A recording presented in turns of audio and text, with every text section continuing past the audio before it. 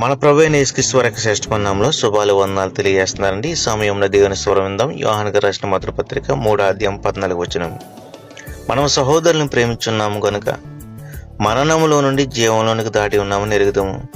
ప్రేమ లేనివాడు మరణమందు నిలిచి ఉన్నాడు. ప్రభు అయిన యేసుక్రీస్తు వారిని రక్షకుడు అంగీకరించి నూతనంగా రక్షించబడిన వారు ఎవరంటే మరణంలో నుండి జీవంలోనికి వచ్చిన వారు. వారు క్రీస్తులో జన్మించిన వారు. వారికి ఉండే ప్రధానమైన లక్షణం ఏంటంటే తోటి వారిని ప్రేమతో చూడటం. ప్రభువైన యేసుక్రీస్తు వారు చెప్పారు, నిన్ను వల్ల నీ పొరుగువారిని ప్రేమించమని. ఇది ప్రధానమైన ఆజ్ఞ.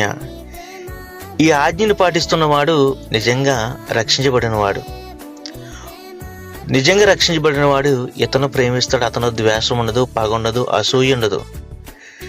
సమాజ స్థాపనలో భాగంగా ఇతడు ప్రభువుతో పాటు తన ప్రేమను ఇతరులకు